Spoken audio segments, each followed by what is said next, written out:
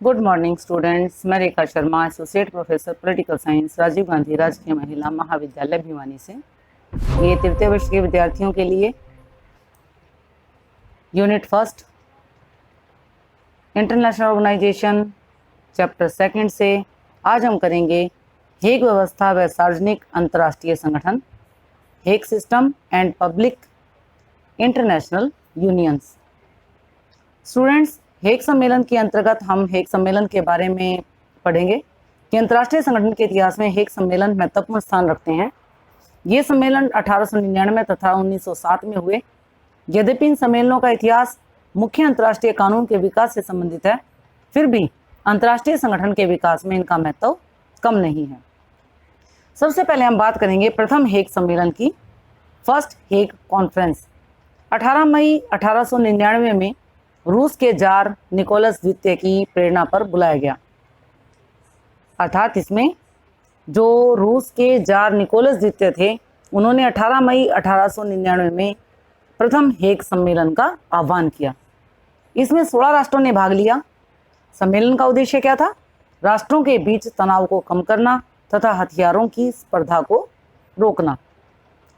इस सम्मेलन में राज्यों के आपसी विवादों के शांतिपूर्ण समाधान के लिए पंच निर्णय पद्धति पर अधिक बल दिया गया और उसे सामान्य सहमति का आधार बनाना चाहा। इसके परिणाम स्वरूप हेग में पंच निर्णय के स्थायी न्यायालय पर अधिक बल दिया गया और उसे सामान्य सहमति का आधार बनाना चाहा। यद्यपि यह सम्मेलन युद्ध के नियमों को और पंच निर्णय को बाध्यकारी न बना सका, तथापि इसने यह सिद्ध अवश्य कर दिया कि राष्ट्रों की आपसी सहमति से अंतर्राष्ट्रीय कानूनों का निर्माण किया जा सकता है।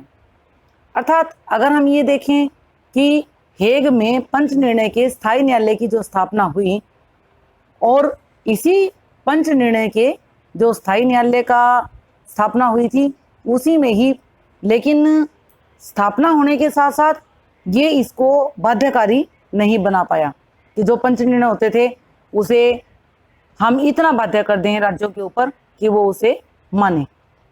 लेकिन फिर भी इसका एक परिणाम निकला कि राष्ट्रों की आपसी सहमति से अंतर्राष्ट्रीय कानूनों का निर्माण किया जाने लगा। अब हम बात करेंगे दूसरे हेग सम्मेलन की। दूसरा हेग सम्मेलन, सेकंड हेग कॉन्फ्रेंस, सन 1907 में हुई।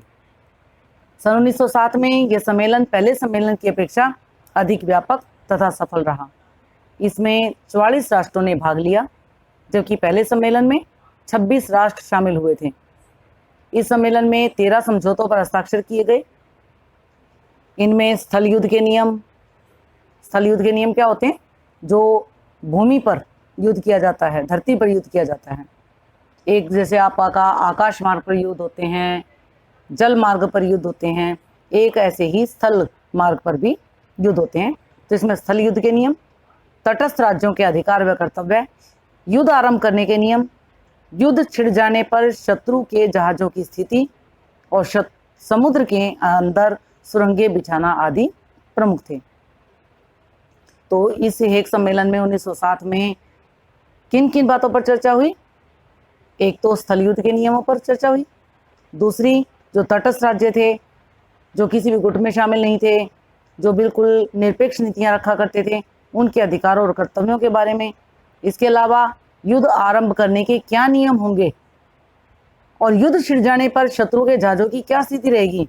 इसके अलावा समुद्र के अंदर सुरंगें बिछाने के भी नियम तय किए गए थे। तो इस प्रकार के मुद्दे इस हेग सम्मेलन में विचार विमर्श के लिए रखे गए। दोनों ही सम्मेलनों में यद्यपि अनेक घोषणाएं की गई थी और युद्ध एवं शांति के संदर्भ में नियम भी निर्धारित किए गए थे, तथापि राज्यों के बीच संबंधों को विनियमित करने के लिए कोई व्यवस्थित, नियमित तथा स्थायी संस्था स्थापित नहीं हो सकी।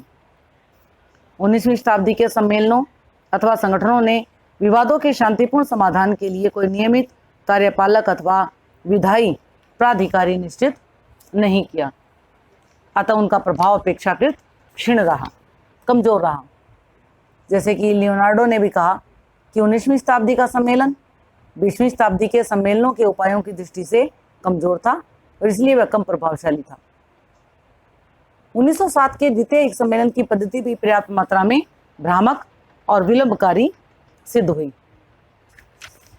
क्लार्डे के अनुसार विभिन्न कमियों के बावजूद जो हेग व्यवस्था थी वो भावी अंतर्राष्ट्रीय संगठनों के विकास में क्रमानुसार निम्नलिखित दृष्टियों से महत्वपूर्ण थी। जैसे कि नंबर 1, हेग व्यवस्था में सर्वव्यापकता की प्रवृत्ति निहित थी। इसका तात्पर्य क्या था? सर्वव्यापकता का मतलब क्या था कि प्रथम सम्मेलन में 26 राष्ट्र शामिल हुए और मुख्यतः यूरोपीय राष्ट्रों का संगठन था, जबकि द्वितीय सम्मेलन में 44 राष्ट्रों के प्रतिनिधि शामिल हुए, जिसमें लैटिन अमेरिकी गणराज्यों के प्रतिनिधि भी थे। इस प्रकार 1907 में विश्व को एक प्रकार से प्रथम महासभा की प्राप्ति हो गई थी। अंतर्राष्ट्रीय कूटनीति के प्रसार की दिशा में भी एक महत्वपूर्ण कदम था। दूसरे नंबर पर हेग सम्मेलन में छोटे और बड़े सभी राष्ट्र सम्मिलित हुए। यह व्यवस्था इस दृष्टि से शक्तिशाली बनी कि प्रमुख कूटनीतिक सभाओं में छोटे राज्यों और बड़ी शक्तियों का समान स्तर पर सम्मिलित होना न केवल आवश्यक बल्कि विशेष उपयोगी भी है। यदि यूरोप में संयुक्त व्यवस्था केवल यूरोपीय कॉर्पोरेशन की बोर्ड ऑफ डायरेक्टर्स थी, तो हेग व्यवस्था, विशेषकर 1907 की व्यवस्था, एक अधिक विस्तृत कॉर्पोरेशन के स्टॉक होल्डरों की मीटिंग थी। इस सम्मेलन में छोटे राज्यों ने क्या किया? समान स्तर पर और स्वतंत्रता का विशेष आनंद लिया।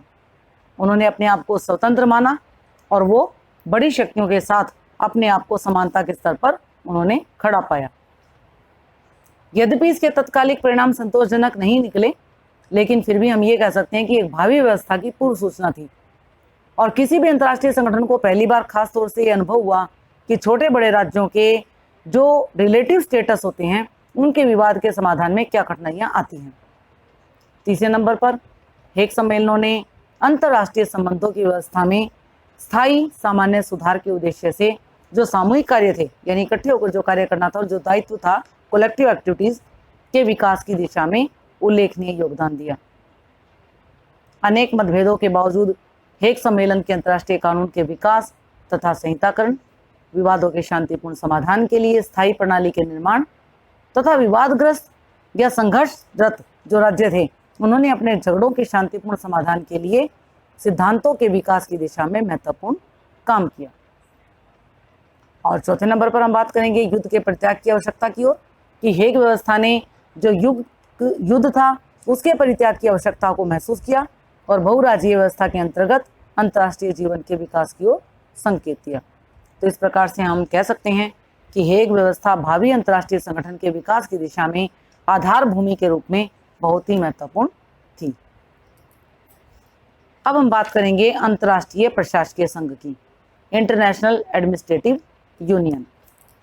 अंतर्राष्ट्रीय संगठन के इतिहास में एक अत्यधिक महत्वपूर्ण विकास ये हुआ कि 19वीं शताब्दी के अंत तक और 20वीं शताब्दी के आरंभ में अनेक अंतर्राष्ट्रीय प्रशासकीय अभिकरण और सार्वजनिक अंतर्राष्ट्रीय संघों का उदय हुआ।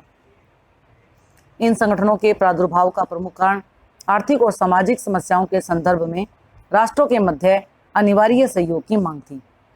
यूरोपीय निरानसों के पद चिन्हों पर वैज्ञानिक तकनीकी तथा औद्योगिक क्रांतियों के कारण यातायात, परिवहन, संचार और वाणिज्य व्यापार में अभूतपूर्व विकास हुआ।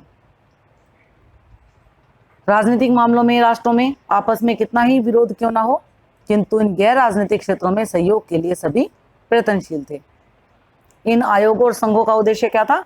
शांति और युद्ध की समस्याएं ना होकर कुछ सामान्य हितों की पूर्ति के लिए सार्वजनिक अंतर्राष्ट्रीय संगठनों के द्वारा यातायात, संचार, स्वास्थ्य, अपराध रोकने और व्यापार आदि क्षेत्रों में राज्यों के बीच सहयोग स्थापित करना था। इनमें से हम ये देखेंगे कि जो संगठन अस्तित्व में आए वो कौन कौन से थे। सबसे पहला संगठन जो अस्तित्व में आया वो था European commission of the Danube. पहली समस्या जिसने राष्ट्रों का ध्यान अपनी ओर आकर्षित किया था वो क्या थी? नदी यातायात और परिवहन से संबंधित। 1856 में कुछ राज्यों ने मिलकर European commission of the Danube की स्थापना की। इसके कार्य डैन्यूब पर चुंगी का निर्धारण, वसूल और सदस्य राज्यों के मध्य वितरण करना, नदी के निचले भाग को यातायात के लिए साफ करना, नदी यातायात के नियमों का निर्धारण उन्हें लागू करना आदि शामिल था। ये क्या था? ये एक प्रशासकीय अभिकरण के रूप में एक अंतर्राष्ट्रीय समझौतों के द्वारा इसकी स्थापना की गई। दूसरे जो संगठन था अस्तित्व में आया था वो है अंतर्राष्ट्रीय तार संघ। तार व्यवस्था के नियमन के लिए 1856 में पेरिस में एक अंतर्राष्ट्रीय सम्मेलन बुलाया गया। इस सम्मेलन में 20 राज्यों ने भाग लिया और इस सम्मेलन में तार संचार के अंतर्राष्ट्रीय समायोजन के लिए अंतर्राष्ट्रीय तार संघ की स्थापना की गई। दुनिया के तार संचार की व्यवस्था में एकरूपता लाने के लिए प्रशासकीय नियमों का निर्माण किया गया और जिनका पालन करना सदस्य राज्यों के तार प्रशासन का कर्तव्य था। इसी तरह का एक अन्य संघ रेडियो तार संघ, या जिसकी स्थापना सन 1906 में की गई।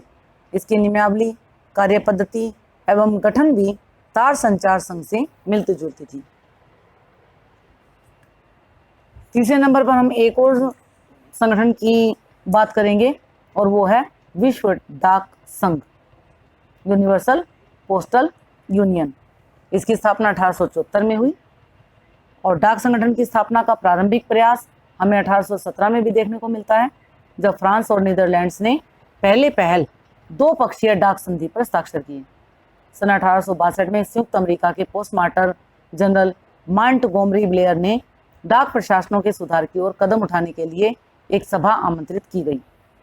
उसने जो सभा बुलाई उसमें क्या हुआ था कि 1863 में पेरिस में एक सभा हुई जिसमें 35 नियमों पर सहमति बनी और अंत में सन 1874 में 22 राज्यों के प्रतिनिधि स्विट्जरलैंड की राजधानी बर्न में एकत्रित हुए और यहीं पर सर्वसम्मति से एक अखिल विश्व डाक संघ जनरल पोस्ट यूनियन की स्थापना हुई, जो बाद में चलकर यूनिवर्सल पोस्टल यूनियन के नाम से विख्यात हुआ।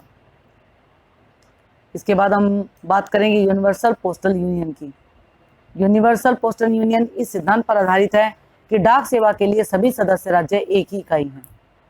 विदेशी पत्राचार के लिए एक समान दरें निर्धारित करने की व्यवस्था की गई। इसके अलावा ये एक डाक पत्रिका का प्रकाशन भी करता है और इसके अलावा इस सम्मेलन में घोषणा पत्र या कारनामे में परिवर्तन करने का भी अधिकार दिया गया। इसकी कुछ धाराओं में 2/3 मत द्वारा कुछ को साधारण बहुमत से संशोधित किया जा सकता है, ये निर्णय भी लिया गया। अपने सफल कार्यकरण के कारण ही अंतर्राष्ट्रीय तार ब्यूरो और यूनिवर्सल पोस्टल यूनियन वर्तमान अंतर्राष्ट्रीय आर्थिक और सामाजिक आवश्यकताओं की पूर्ति के लिए स्थापित किए जाने वाले संगठनों का एक मार्गदर्शक सिद्ध हुआ। अब हम लास्ट में बात करेंगे अन्य संगठनों की। डाक परिवहन सेवा के अलावा वाणिज्य, व्यापार, जन स्वास्थ्य, मानव कल्याण सेवा आदि से संबंधित 20 से अधिक अंतर्राष्ट्रीय संस्थाएं पिछले 250 वर्षों से क्रियाशील रही। राष्ट्र संघ के हैंडबुक ऑफ इंटरनेशनल ऑर्गेनाइजेशन में 25 के लगभग ऐसी संस्थाओं की सूची दी गई थी जो राष्ट्र संघ से पृथक स्वतंत्र दुनिया से विभिन्न क्षेत्रों में काम कर रही थी। सन 1911 में एक प्रकाशित पुस्तक में 45 ऐसी अंतर्राष्ट्रीय संस्थाओं के नाम गिनाए गए थे और उनमें से 20 से अधिक जो थे वो अपने स्थायी संगठन तथा प्रशासकीय व्यवस्था उनकी थी। ऐसी कुछ प्रमुख संस्थाओं के नाम हैं: international bureau of bantam and messengers, international red cross bureau of trademark, patent and copyright, अंतर्राष्ट्रीय कृषि संगठन, अफ्रीकी दास प्रथा उन्मूलन संघ, अफ्रीकी शराब व्यापार नियंत्रण संघ, अंतर्राष्ट्रीय अफीम आयोग। मैं एक बार दोबारा से इन प्रमुख संस्थाओं के नाम दोहरा देती हूँ: international bureau of baton and messengers, international red cross bureau of trademark, patent and copyright, अंतर्राष्ट्रीय कृषि संगठन, अफ्रीकी दास प्रथा उन्मूलन संघ, अफ्रीकी शराब व्यापार नियंत्रण संघ, अंतर्राष्ट्रीय अफीम आयोग। राष्ट्र संघ की स्थापना होने पर ऐसी अनेक संगठनों का और उससे संबंधित इनको कर दिया गया। वस्तुतः इनकी संख्या और कार्य में वृद्धि होती ही रही और आज भी अनेक संगठन संयुक्त राष्ट्र संघ से संबंधित हैं, जहां उन्हें सरकारी विशेष संस्थाएं अर्थात इंटर गवर्नमेंटल स्पेशलाइज्ड एजेंसीज भी कहा जाता है। तो इस प्रकार आपने चैप्टर 2 देखा और चैप्टर 2 में आपने अंतर्राष्ट्रीय संगठन की उत्पत्ति और विकास के अंतर्गत जो जो चीज़ें समझी, जो जो पॉइंट समझे, मैं इनको एक बार दोबारा से दोहरा देती हूँ। सबसे पहले आपने देखा अंतर्राष्ट्रीय संगठनों के उद्भव के कारक कौन कौन से थे। इसके बाद आपने अंतर्राष्ट्रीय संगठन का विकास 1815 से लेकर 1919 तक किया।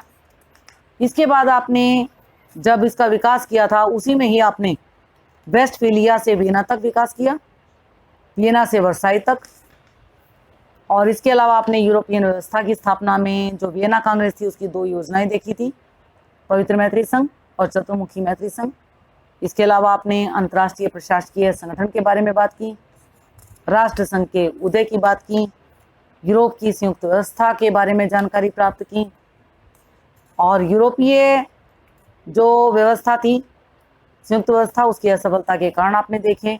और आज हमने जो बात की वो थी हेग व्यवस्था और सार्वजनिक अंतर्राष्ट्रीय संगठन, जिसमें आपने अंतर्राष्ट्रीय प्रशासकीय संगठनों के बारे में भी बात की और आपने ये भी देखा कि दुनिया में बहुत सारे अंतर्राष्ट्रीय संगठन अस्तित्व में आए विभिन्न प्रकार के उद्देश्यों को लेकर, चाहे वो उद्देश्य मानव कल्याण था, चाहे वो उद्देश्य उनका स्वास्थ्य के बारे में था, चाहे उनके विकास के किसी भी प्रकार के पक्ष के बारे में था, चाहे हम संचार व्यवस्था की बात करें, चाहे हम नदियों की बात करें, चाहे हम यातायात की बात करें, चाहे हम डाक तार व्यवस्था की बात करें, यानी हमने हर तरह के, जैसे वाणिज्य व्यापार है, जन स्वास्थ्य है, मानव कल्याण है, यानी बहुत सारे ऐसे मुद्दे देखे जिनको लेकर इन अंतर्राष्ट्रीय संगठनों का हमने इनके कार्यों के बारे में बात की, इनकी संख्याओं के बारे में बात की कि जो लगातार बढ़ती जा रही हैं।